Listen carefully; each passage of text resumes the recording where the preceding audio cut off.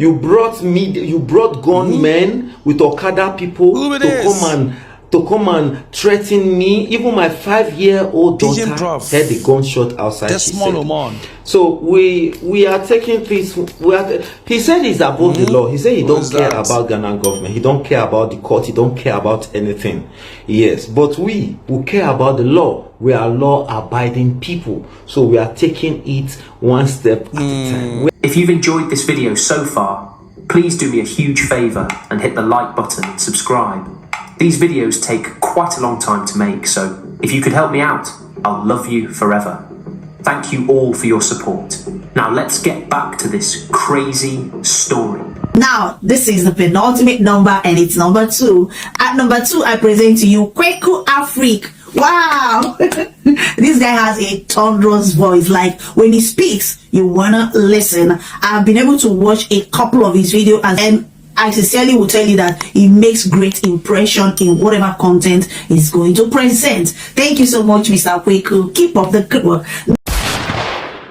So Desmond Omon, Pidgin Prof, on TikTok, he is already having a legal battle and a legal tussle with Dr. Hassan Ayariga, and it has been championed or been anchored by KwekuAfrica of CTV. So if you could remember last week, I brought you a story of how KwekuAfrica was dragging him on his iBad movie premiere.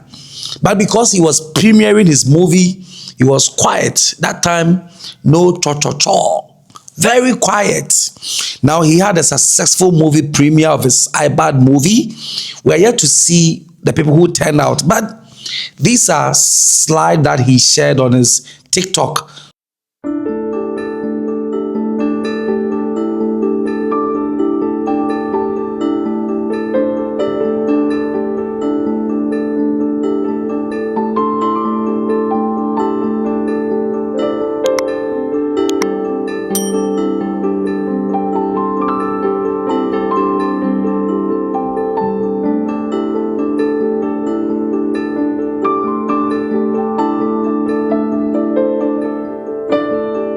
So it features the Igbo King. He was there and his entourage. And so you can clearly see that the iBad movie premiere went well.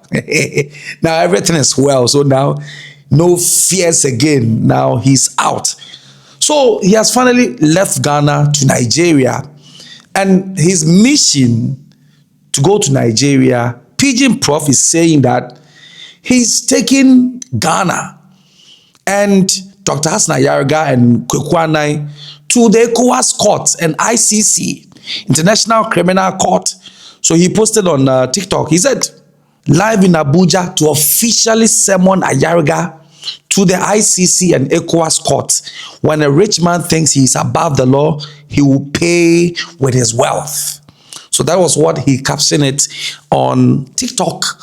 And I mean, he narrates a very tall, lengthy story of how he met Nikki Samonas on his way to Nigeria, and it goes on and on and on and on. So let's listen to Pidgin Prof, and after, let me know what you think. He's taking Ghana and Dr.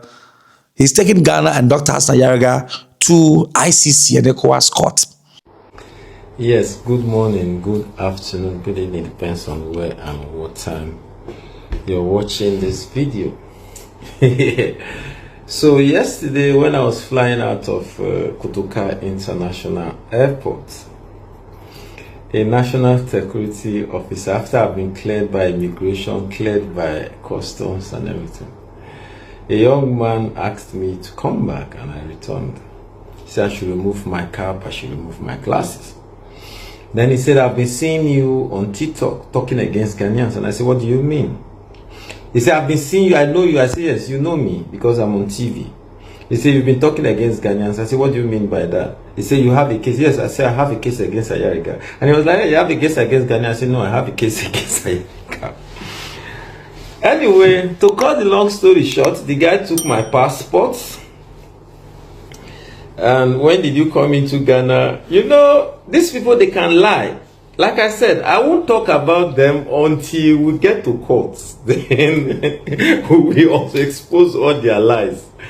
They say I don't have residence permit. It's well. When we get to court, we'll find out. They say so many things about me which they will pay for. Not be cho, na action. So the guy took my passport. He looked into it. I'm sending it to my boss. He snapped it. Anyway, a national security officer have this scanned copy of my passport just for that sake. So he sent it to his boss and all of that. After about 10, 20, 30 minutes, then I spoke to my lawyer and all of that. When he spoke to my lawyer, he now asked my lawyer, are you a Nigerian? The guy got angry and even cut the call on him. Anyway, after about 30 minutes of delay, he now said, you can go. When are you coming back? Then I laughed. Now, as soon as I got into the boarding area, I saw one Ghana actress, Nikki Simonas. Nikki Simonas is a Ghana actress. She's also a TV presenter. The last time she interviewed me, it was on Pan-African TV. You see, with Ghana actors, you don't easily recognize them. But for me, it's my job. There is no Ghana actress that I see that I don't know. No matter how small. If I see you anywhere, I'll say, well, I know this person. So she came into the aircraft. She came into the boarding area. I saw her. She pretended she didn't see me. I also pretended I didn't see her. She was on board until we got to Lagos. When we got to MMM immigration area, then I went close to her and I said, Nikki Simonas, welcome to Ghana. And she was shocked. She looked at me because I pronounced her name and her surname. Oh, thank you. I said, now, what if I do to you what Ayariga did to me or what he's doing to us? I know you won't like it. And she froze. She was like this. And I was laughing. I said, if we decide to do to you what Ayariga is doing to us, how would you feel? But anyway, she's a woman. And for me, I wouldn't do that because I work with good Ghana people that I would not hurt because of one person. And that's the more reason he's forming, I'm a man. You brought talk. You brought 20 Okada men to come and adopt me from my house. 20 Okada men with 3 V8s. And you are forming, I'm a man. Who say man not day? You know they shame me. Me, one person with children at home. You came on a Sunday with 20 Okada men. And men with guns. Then who is the coward, my brother? Like I said, I don't want to follow that they do cho because every day you are talking about me.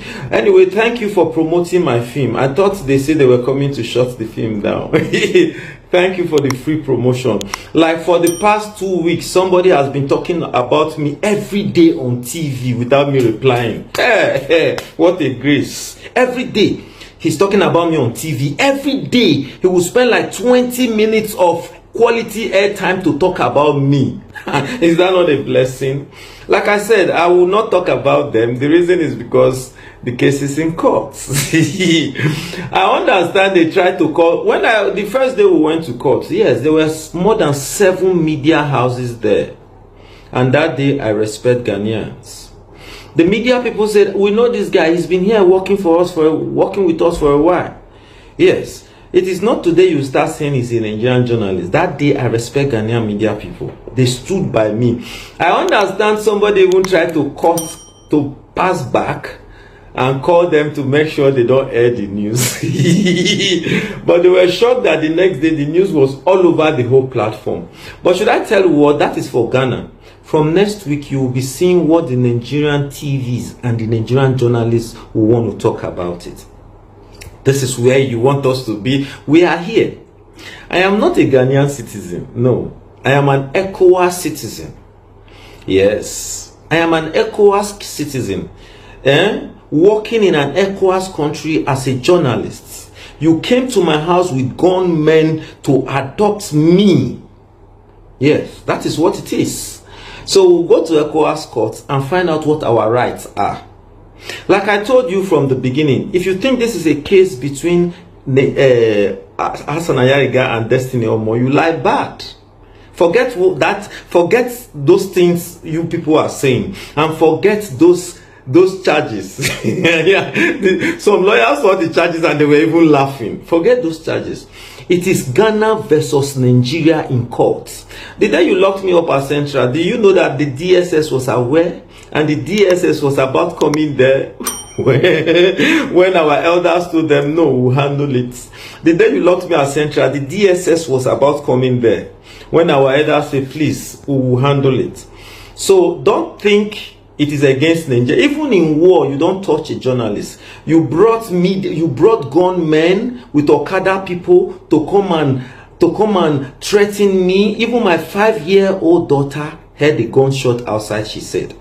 So we are taking things.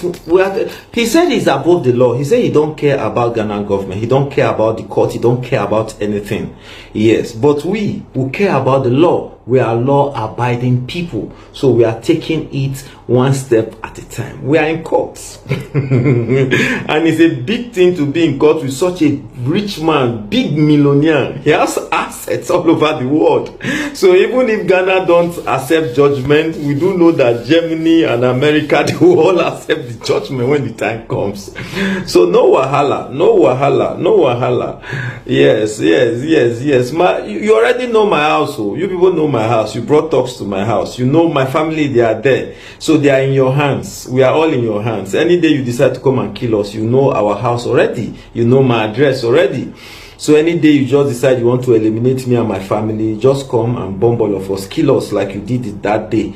Yeah, because you said something. Your spokesperson, KwekuAfrica, said something on TV that if not for you, I would have been shot dead.